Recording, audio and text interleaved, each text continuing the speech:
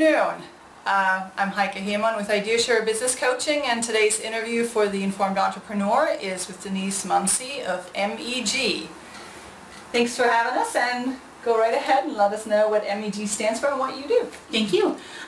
MEG is MEG Business Management Expansion Group. We are in Severna Park, Maryland, and we manage physical therapy companies nationally. That's fantastic. And you mentioned one of them is right downstairs. Right downstairs, Cypress Creek Therapy, which has been in business since 1999. So you are responsible for how many people at MEG and at Cypress Creek? All in all, about 75 people in total. That's a substantial group. It is. So I would imagine that comes with some challenges in terms of running a team. Can you elaborate a bit about what's tough and what other people can learn from how you've managed to grow this company? I think starting is structure of your team. Making sure that you have people in place who are running specific items. So you're not the person at the top handling the phone calls of the dryer is broken or we're out of paper towels, things like that. So making sure that someone is in charge and training them, orienting them to their hat and their post is really important to run such a large organization of people. Right, and then letting them go and doing their thing. Yes, and then having them report back to you on when it's done. Yes, and staying away from the micromanagement. That is a tough thing for most entrepreneurs to do. That is, for sure. But that's fantastic. Now, you have how much history here with the company? I've been with Cypress Creek Therapy since 2004. So about 13 years I've been here. And you started as a part-time employee in marketing. For 3 days I started part-time. That's fascinating. And then I moved into a full-time position just doing marketing. And in 5 years' time, I was named the CEO. That's a significant growth. Rocket launch. It was. Career. It's phenomenal. Can you tell us a bit about how your customers find you or how you find them?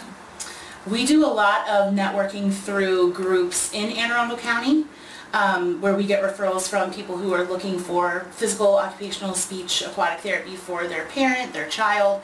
More times than not, we're getting patient referrals, people who have been here in the past, or we're getting doctor referrals. So about 35% of our business is coming strictly just from doctors referring to Cypress Creek Therapy.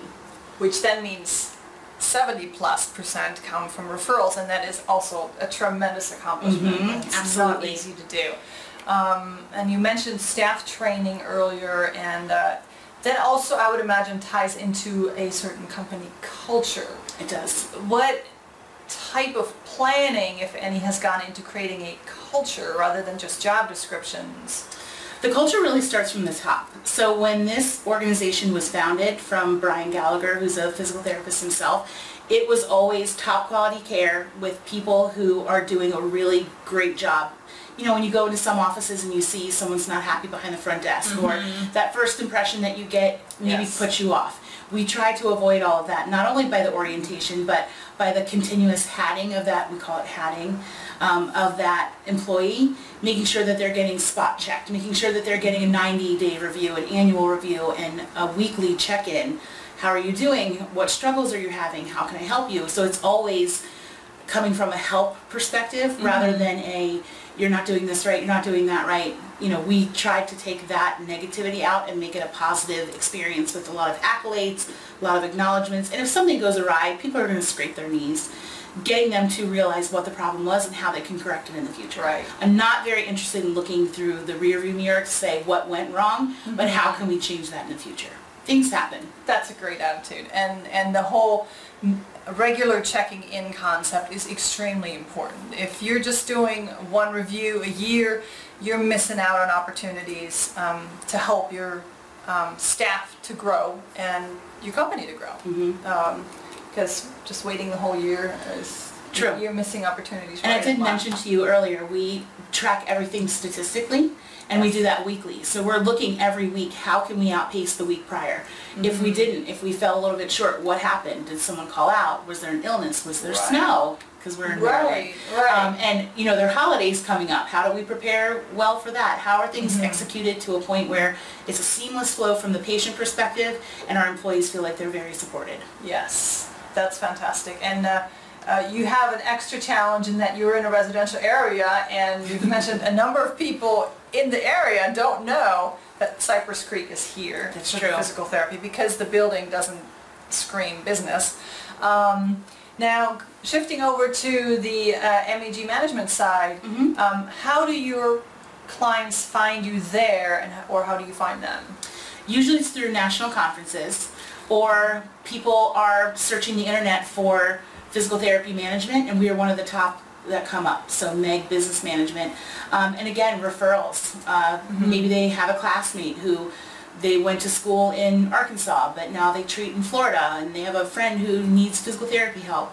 But it's a therapist who sometimes could be struggling with how do I grow my practice, a therapist who may be looking to sell their practice, someone who's maybe starting a practice, or it's a doctor who's looking to put physical therapy in their practice and they're not sure how to make that conjunction work together, the doctor side of the practice with the physical therapy. So what you do is the nuts and bolts of teaching them how to run their clinic. We do. We have 3 different products with MEG Business Management. One of those being consulting, where they could buy a 9-day package of training in how to be an effective CEO clinical director, how to have a solid bulletproof personnel HR department, or how to have a foolproof marketing plan of getting referrals into your practice. Because again, a lot of therapists go into practice just being a great PT, but they don't know how the business end runs. Right. If I'm treating patients all day long, how am I supposed to go out and do marketing? Or how am I supposed to do a marketing lunch? Or how am I supposed to fix a running toilet? Or,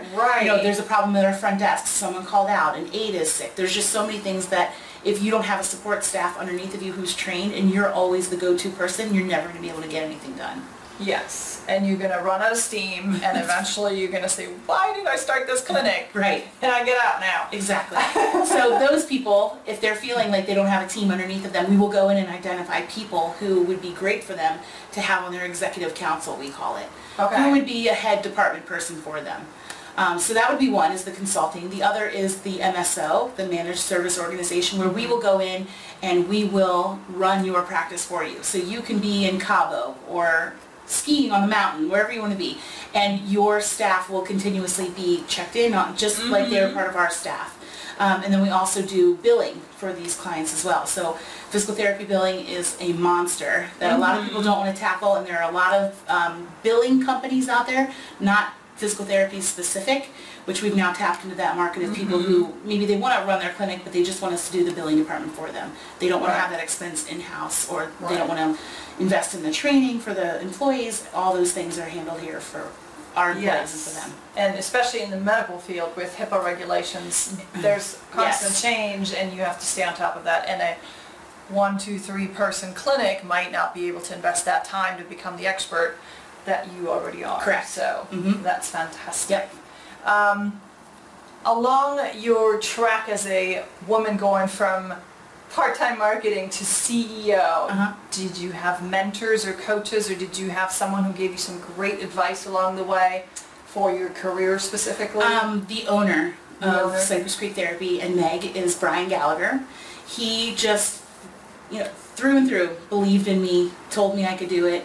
Again, of course I skin my knees, and that is bound to happen whether it be children or employees or whoever it is, but always looking for other sources. We all realize that we don't know everything about everything, so we try to seek out those people who can teach us more, train us more. Right. So I think it's been a multitude of people, whether it be on our billing side and having billing managers, or Brian on the physical therapy side, or any of our physical therapists downstairs. We really look at each individual person, what their experiences can bring to us, and how can I learn to be a better CEO through those people. That's fantastic. So I've heard that from a number of people I've interviewed, is you have to keep open to learning and growing. Yes. And to reach out to others, which early on in the business was probably the CPA that wasn't on your payroll yet, or a lawyer to help with employment contracts and things like that. So before the growth is there, you have to be able to tap into trusting outsiders, if you will, and that takes some time to spend on finding the right resources. Right. fantastic. And getting the person that you feel like you can trust their opinion, and it's backed by fact, and it's not just their opinion. I think that is significant. And doing the thing that is the greatest good for the greatest number of people.